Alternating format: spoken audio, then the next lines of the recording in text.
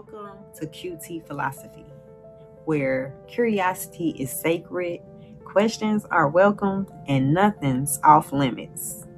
Today's episode is not for debate, it's not for conversion, it's not for convincing anyone of anything. Today is about honesty. We're asking 3 questions that people whisper but rarely say out loud. Who is God? What is God? And where did the idea even come from in the first place? Let's talk about it. When people say God, they imagine a being, a watcher, a judge, a father figure in the sky. But historically, God didn't start that way.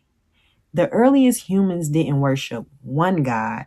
They worshiped the sun, the rain, animals, their ancestors, forces they couldn't control. When you don't have science, you explain the unknown with meaning. So God began as an explanation, not a personality. Over time, cultures personified this mystery, gave it rules, stories, human emotions.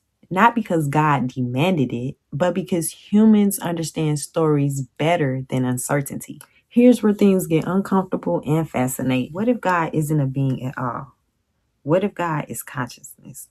Think about it. You are aware that you're aware. Thoughts aren't physical, but they exist. Awareness has no shape, no weight, no location. Some people call that the soul. Some call it the mind. Some call it spirit. Religion called it God. Not watching you, but experiencing reality through you.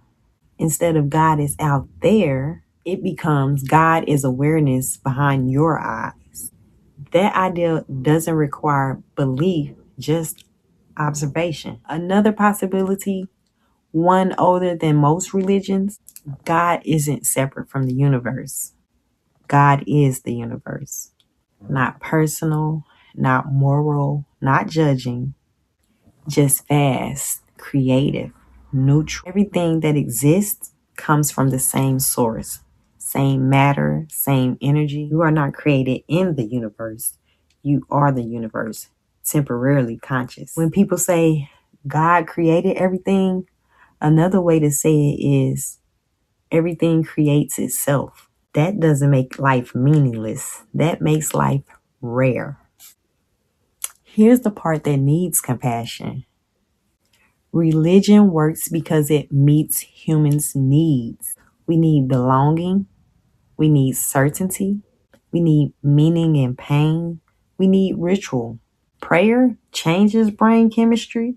Music creates emotional bonding. Shared belief creates safety. So when someone says, I felt God, they're not lying. They're describing a real internal experience. That doesn't prove that God exists as a being. It proves the human need for connection is powerful. Religion didn't invent that feeling. It organized it. Now, the uncomfortable truth. Historically, God has always been used as a tool. If God chooses leaders, questions become rebellion. If God writes the rules, disobedience becomes sin. That doesn't mean all religion is manipulation, but it was shaped by those in power. That's why God sounds like the culture worshiping him. Why rules change. Why morality evolves. God didn't change. People did. Here's the quiet revelation. You don't need religion to be spiritual. Spirituality can be awe, curiosity, ethics without fear, meaning without permission. It asks, how should I live? Not what must I obey? You don't need heaven to be kind. You don't need hell to care. You don't need certainty to live with intention. So what is God? The most honest answer is this. God is humanity's name for the deepest mystery of existence. It might be consciousness. It might be the universe. It might be something we don't yet understand. But one thing is clear. No one is watching to save you. No one is punishing you either.